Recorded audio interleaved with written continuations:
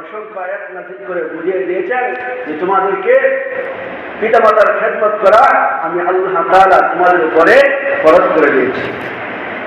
আমরা কুরআন এবং হাদিস থেকে সেটাই বুঝতে পারলাম। প্রিয় মুহতারাম হাজিরিন, আল্লাহ রব্বুল আলামিন এক আয়াতের মধ্যে আল্লাহ তাআলা বলেন, আল্লাহ তাআলা নবী মুহাম্মদ সাল্লাল্লাহু আলাইহি ওয়াসাল্লামকে বনী ইসরাঈলের কাহিনী শোনাতে গিয়ে আল্লাহ তাআলা সূরাতুল বনী ইসরাঈলের মধ্যে আল্লাহ তাআলা বলেছেন, وَإِذْ أَخَذْنَا مِيثَاقَ بَنِي إِسْرَائِيلَ لَا تَعْبُدُونَ إِلَّا اللَّهَ وَبِالْوَالِدَيْنِ إِحْسَانًا। আল্লাহ রাব্বুল আলামিন এই আয়াত কারীমার মধ্যে জানালেন, হে নবী মুহাম্মদ, জেনে রাখেন, শুনে রাখেন, আমি বনী ইসরাঈলকে আমি আল্লাহ রাব্বুল আলামিন হুকুম নাযিল করেছিলাম। আল্লাহ তাআলা বলেন, লা তা'বুদুনা ইল্লাল্লাহ, হে বনী ইসরাঈল সম্প্রদায়, তোমরা আমি আল্লাহ রাব্বুল আলামিনের ইবাদত ছাড়া অন্য কোনো কারো ইবাদত তোমরা করতে পারবে না। আল্লাহ রাব্বুল আলামিন দ্বিতীয় নম্বরে বলেছেন, হে বনী ইসরাঈল সম্প্রদায়, আমি আল্লাহ রাব্বুল আলামিন তোমাদের উপরে দুই নম্বর যে হুকুমটা নাযিল করলাম সেটা হচ্ছে ওয়াবিল ওয়ালিদাইনি ইহসানা।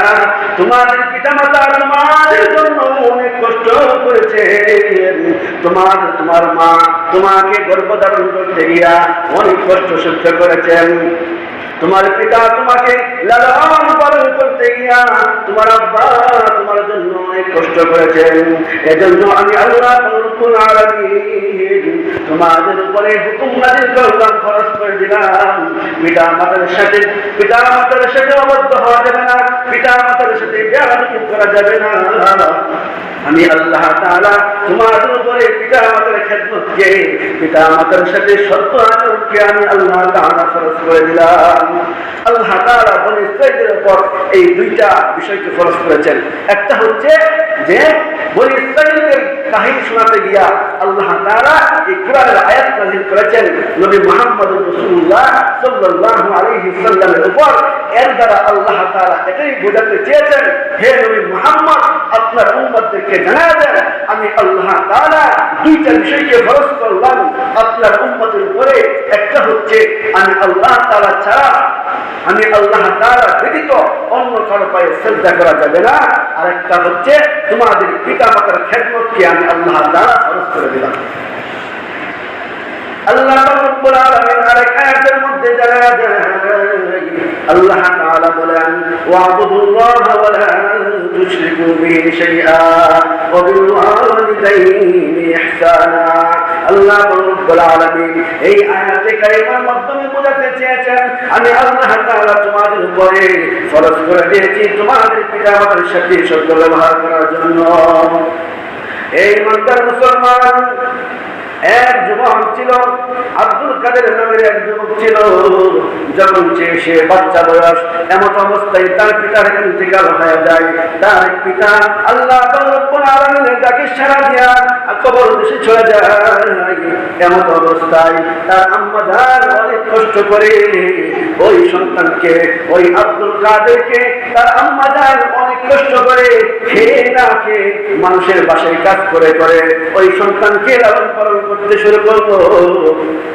এই ইমানদার মুসলমান আব্দুল কাদের বড় হইতে শুরু করলো। আব্দুল কাদেরকে তার আম্মা জান কষ্ট করে স্কুলের মধ্যে ভর্তি করে দিল।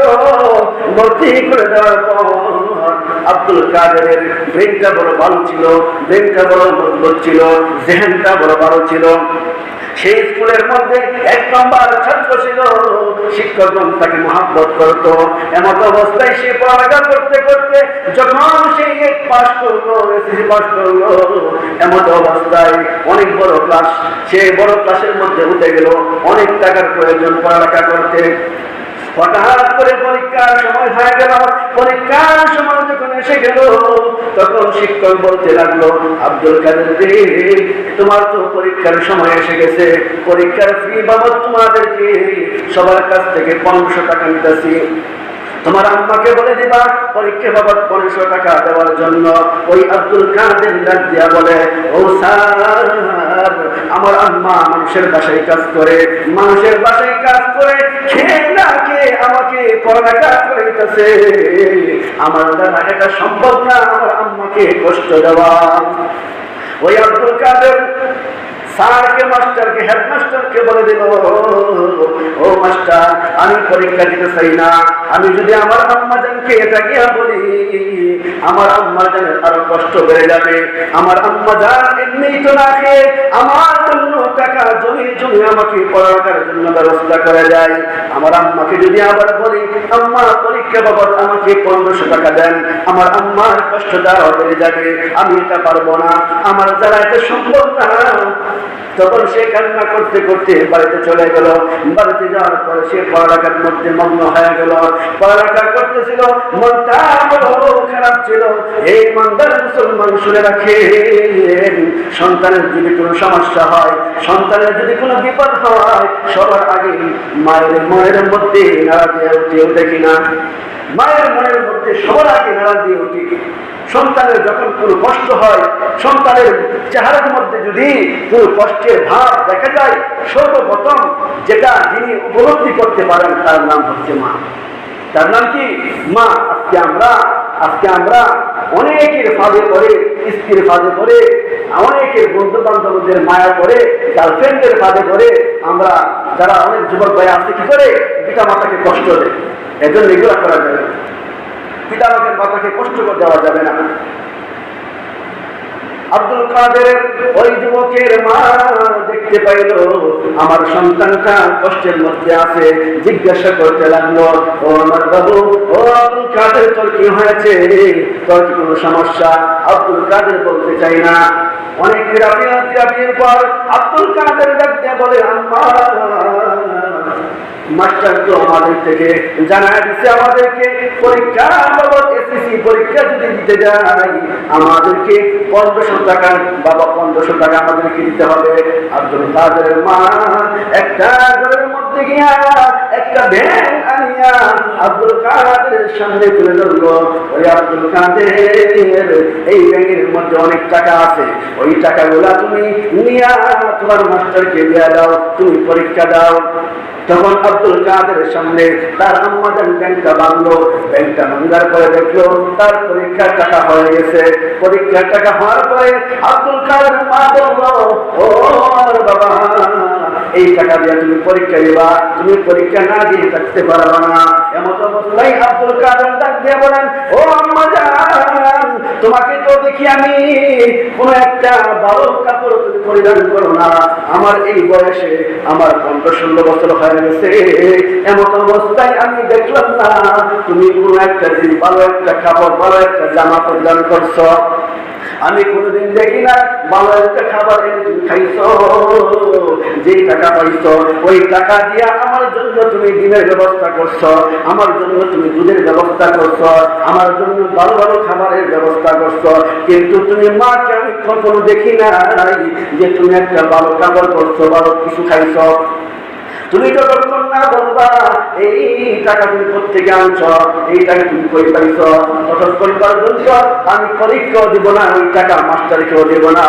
তখন অনেক পিরাপির পর তারা আম্মাজান ডাক দিয়ে বলে, ও আমার আব্দুল কাদের, তুমি যেহেতু শুনতে চাইছো আমার কষ্টের কথা তোমাকে বলতে চাই না, যেহেতু তুমি পিরাপিরি করতেছো, শুনতে চাইতেছ, তাহলে শুনো এই টাকা আমি কোথেকে আনছি।